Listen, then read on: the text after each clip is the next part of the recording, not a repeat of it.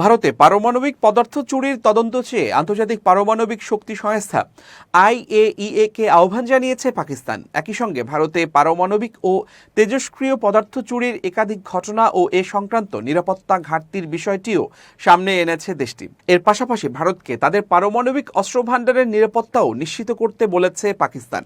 শুক্রবার এক প্রতিবেদনে এই তথ্য জানিয়েছে পাকিস্তানি সংবাদ মাধ্যম দ্য ডন।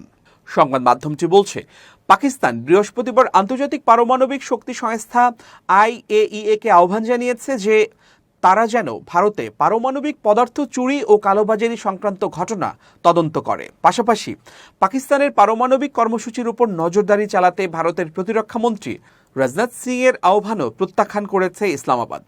পাকিস্তানের পররাষ্ট্র মন্ত্রণালয় এক বিবৃতিতে জানিয়েছে, ভারতে পারমাণবিক ও তেজস্ক্রিয় পদার্থ চুরির একাধিক ঘটনা এবং নিরাপত্তা ঘাটতির প্রেক্ষাপটে পাকিস্তান এই বিষয়ে পূর্ণাঙ্গ তদন্ত চায় এবং ভারত যেন তাদের পারমাণবিক সংস্থা ও অস্ত্রভান্ডারের নিরাপত্তা নিশ্চিত করে।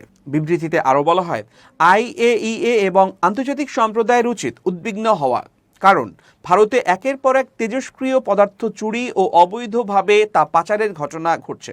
দ্য ডন বলছে, ভারতের প্রতিরক্ষামন্ত্রী রাজনাথ সিং এর সাম্প্রতিক মন্তব্যের প্রেক্ষিতে পাকিস্তানের পররাষ্ট্র মন্ত্রণালয় থেকে এই বিবৃতিটি দেয়া হয়েছে।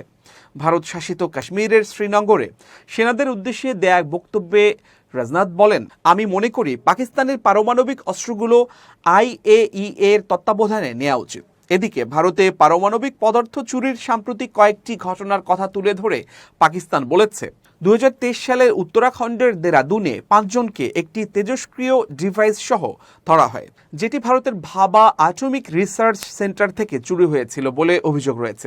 আরেকটি ঘটনায় ক্যালিফোর্নিয়াম নামের এক ধরনের অত্যন্ত তেজস্ক্রিয় পদার্থ উদ্ধার করা হয়, যার আন্তর্জাতিক বাজার মূল্য $10 কোটি বেশি। 2021 সালেও ক্যালিফোর্নিয়াম পাচারের অন্তত 3টি ঘটনা ঘটেছিল। বিবৃতিতে আরও বলা হয়, এই ঘটনার পুনরাবৃত্তি ভারতীয় পারমাণবিক স্থাপনাগুলোর নিরাপত্তা ব্যবস্থা নিয়ে প্রশ্ন তুলে দিয়েছে এবং ভারতে তেজস্ক্রিয় পদার্থের কালোবাজারের অস্তিত্বের ইঙ্গিতও দিচ্ছে।